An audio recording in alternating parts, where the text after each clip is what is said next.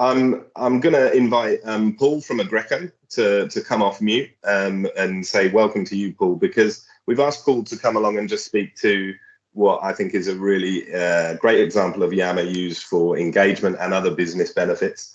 Really, it's about the power of a photo, but I won't say much more, Paul. I might throw to you and just say, perhaps you could introduce yourself quickly and sort of tell us the story behind this picturesque Aggreko.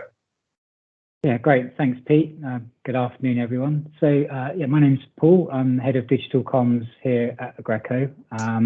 We've been using Yammer here for just about 2 years, but I've been working with Yammer since way back when, even before Microsoft bought them out. So I know Yammer very well. And what you're looking at here is one of our really successful communities on our Yammer network, which is picturesque Aggreko.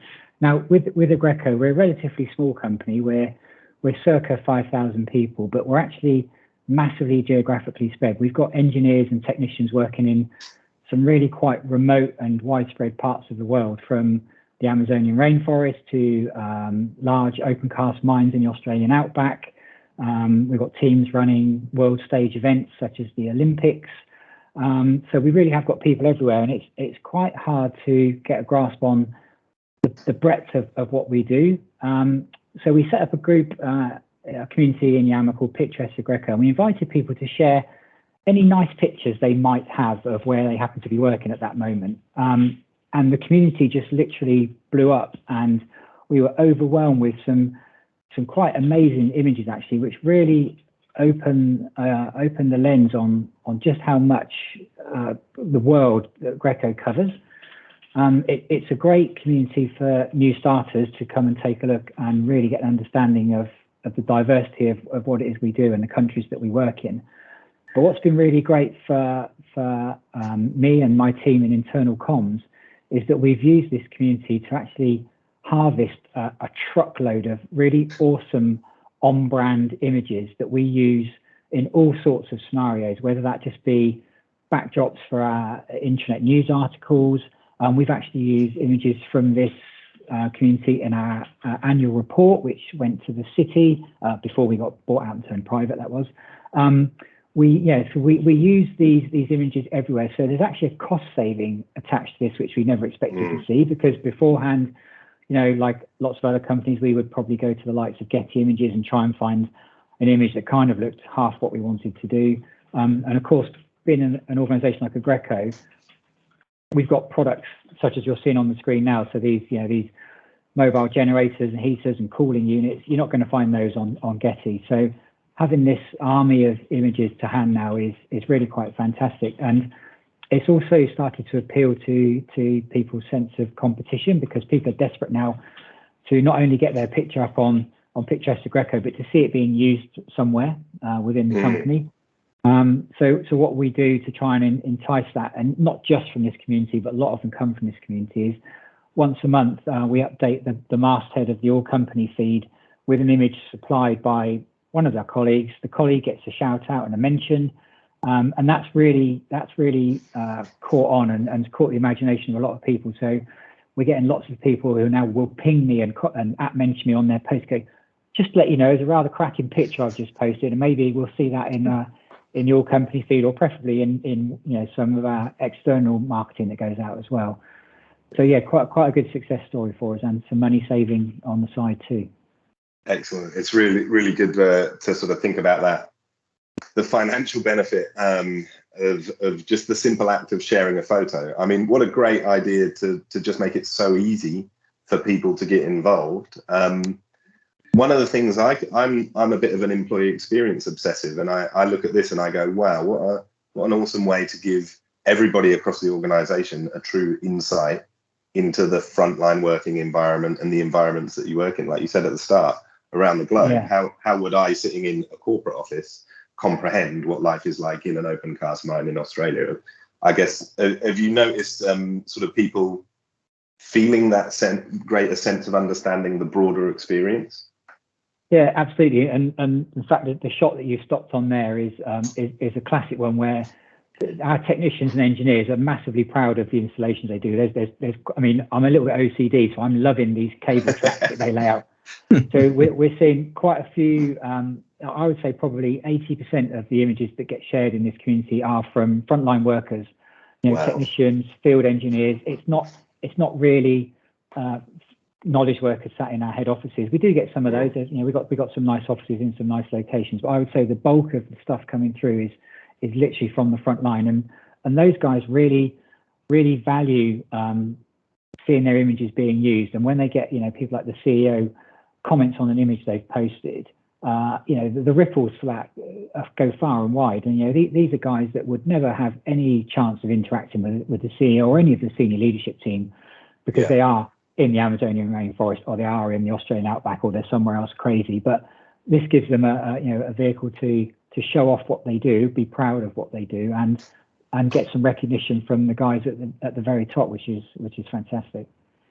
Brilliant. So such a great example, and I'm sure there are many people in this festival session who have the trouble of how do you get those frontline remote workers to engage. And I myself and many others, I'm sure, have had the story of, they're engineers, they're out in the field, they're too busy doing their work to get on Yammer.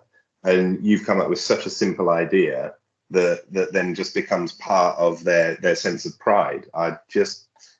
It's big praise to you for this one. I'm hoping we see a lot of people suddenly starting up their picturesque insert company name communities after hearing you talk on that.